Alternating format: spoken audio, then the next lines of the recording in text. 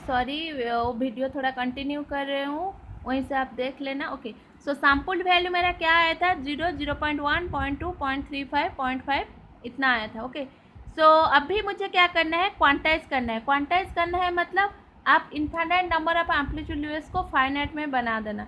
अभी मैं number of लीवेज कितना ली हूँ? 8 ली हूँ इस एग्जाम्पल में। ओके, सो सी, अभी मेरा सैम्पल वैल्यू है 0। सो जीरो कौन से स्टेप के अंदर आता है? 0 और 0 1.5 के बीच में आता है। सो अभी ये करस्पॉन्ड करेगा 0.0625। नेक्स्ट मेरा क्या है? 0.1 है। सो 0.1 भी 0 एंड 1.5 के बीच में आता है, 0.125 के बीच में। सो वो करस्पॉन्ड करेगा 0.625। नेक्स्ट सैम्पल वैल्यू क्या है? 0.2। 0.2 किसके अंदर, किस स्टेप के अंदर आता है? 0.125 एंड 0.250 के बीच में। इसका मतलब है ये करस्पॉन्ड करेगा कौन से वैल्यू को? 0.1875 में। मतलब जो भी वैल्यू आएगा ना आपके, जो ये 8 वैल्यूज है उसको ही करस्पॉन्ड करेगा, डिपेंडिंग अपन कौन से स्टेप के अंदर आता है। अगर सैम्पल वैल्यू इस स्टेप के अंदर आता है, यहाँ पे आएगा, इस वैल्यू को करस्पॉन्ड करेगा। इवन इफ जो मैक्सिमम वैल्यू है, अगर 0.125 भी आपके सैम्पल वैल्यू है, वो 0.0625 का करस्पॉन्ड करेगा। एंड अगर 0 भी वैल्यू है, मतलब एक स्टेप का जो मैक्सिमम वैल्यू है या मिनिमम वैल्यू है, वो उसका करस्पॉन्डिंग क्वांटाइजेशन लेवल को ही करस्पॉन्ड करेगा। ओके, सो यहाँ पे देख लीजिए, मैं वो लिख ली हूँ। 0 का करस्पॉन्डिंग वैल्यू हो गया 0.0625 क्वांटाइजेशन लेवल वैल्यू। 0.2 का हो गया 0.1875। उस तरह और एक सैम्पल का मैं दिखाती हूँ, जैसे लास्ट वाला है 0.85। सो 0.85 अगर आपका सैम्पल वैल्यू है, 0.85 मतलब कौन से स्टेप के अंदर आता है? 0.750 एंड 0.875 के बीच में। सो ये करस्पॉन्ड करेगा, इस स्टेप के अंदर आता है, मतलब ये करस्पॉन्ड करेगा 0.8125 को। ओके, सो यहाँ पे मैं लिखी हूँ 0.8125, ये है आपकी क्वांटाइज वैल्यू।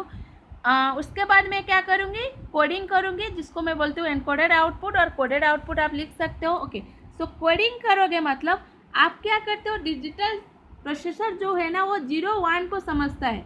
मतलब जो वैल्यू आपका आया, आप यहीं से शुरू करोगे। कितना लेवल्स लिए हो आप? 8 लेवल्स लिए हो।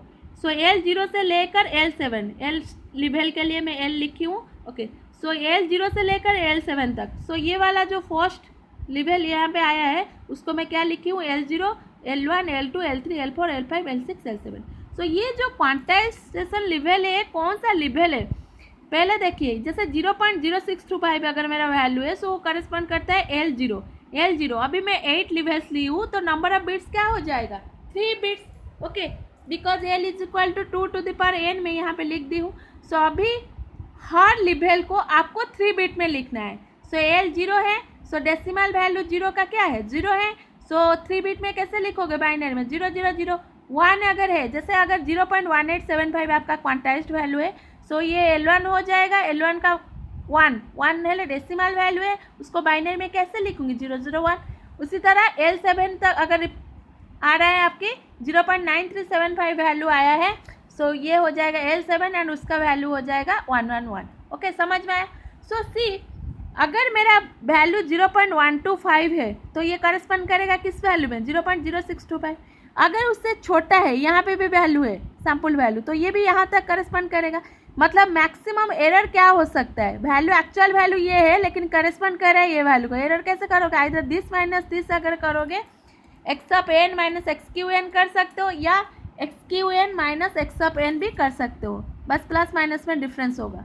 ओके, सो आपका वैल्यू मैक्सिमम एरर कब होगा? जब ये एक स्टेप का पीक पॉइंट में रहता है। मतलब दिस माइनस दिस अगर करोगे, ये स्टेप को अगर मैं डेल डिनोट करती हूँ, ये कैसे आता है? बीच में आता है। सो मैक्सिमम एरर कितना होगा? डेल बाई 2, मतलब जो स्टेप साइज का बीच का वैल्यू, डेल बाई 2 वैल्यू होगा।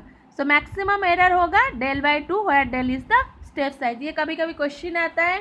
ओके, सो एरर जब आप कैलकुलेट करोगे, मैं यहाँ पे लिखी हूँ x q n minus x of n, but थोड़ा प्लस माइनस में यहाँ थोड़ा गड़बड़ हो गया है। एक्स क्यू एन का वैल्यू है दिस, मतलब जो क्वांटाइज्ड आपने किया है ये है value, and x of n का वैल्यू ये है। सो दिस माइनस दिस अगर करोगे, यहाँ पे प्लस 0.0625 आएगा, बट ये ज़्यादा मैटर नहीं करता है कि एरर जो है इधर प्लस होगा या माइनस होगा, बट इस हिसाब से अगर आप लिखोगे x q n minus x of n, यहाँ पे प्लस होगा, तो थोड़ा इसको करेक्शन कर लेना। ओके, एंड यहाँ पे मैं लिखी हूँ maximum quantization error that is equals to Q E max is equal to plus minus del by two, plus हो सकता है माइनस भी हो सकता है। Okay, so where del is the step size and quantization error का value लिखी हूँ quantized value minus sample value. Okay, so यहाँ पे मैं लास्ट में लिख दी हूँ, आप जब सैम्पलिंग किए, सैम्पलिंग के बाद आपको डिस्क्रीट टाइम सिग्नल मिला है उसका वैल्यू मैं यहाँ पे लिखी हूँ। उसके बाद आपने क्वांटाइजेशन किया, क्वांटाइजेशन के टाइमिंग में देखो ये वाला जो टेबल है, क्वांटाइजेशन के बाद ये वाला वैल्यू मुझे मिला। ओके, नेक्स्ट उसके बाद मैं क्या की, कोडिंग की, कोडिंग करने के बाद मुझे क्या मिला, ये मिला। देखो ये जो वैल्यू है ना, जैसे 0.0625 L0 को रिफर करता है इसलिए 00 लिखी हूँ, यहाँ पे भी L0 है इसलिए 00, 0.1875 L1 को रिफर करता है इसलिए 001 लिखी हूँ। एंड ये जो आउटपुट है ना, ये एक्चुअली आपके डिजिटल सिग्नल है। सो डिजिटल सिग्नल XCN मतलब कोडेड आउटपुट आपका क्या है ना, 000 है, उसका 000 है, 001 है, 010 है।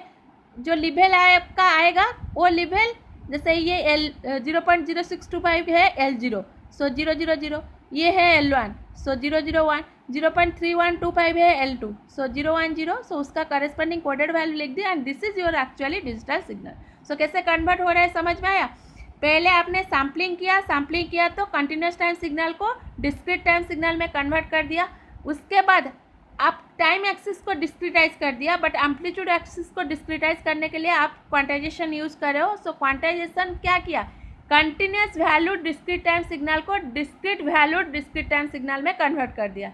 बट कन्वर्ट करने के बाद आपका बाइनरी डाटा फॉर्म में कब कन्वर्ट होता है, जब आप कोडिंग कर लेते हो। सो आफ्टर कोडिंग जो सिग्नल आता है वो है आपकी डिजिटल सिग्नल, 01 फॉर्म में जो वैल्यू आता है। ओके, समझ में आया? Okay, and keep in mind जब आप लिबेल नंबर ऑफ लिबेल्स इंक्रीज करते हो ना, ऑब्वियसली एल जब इंक्रीज करोगे तो नंबर ऑफ बिट्स भी आपका इंक्रीज हो जाएगा and number of bits increase हो जाएगा, आपका कॉस्ट बढ़ जाता है लेकिन एक्यूरेसी उतना इंक्रीज कर जाता है। Okay, so thank you.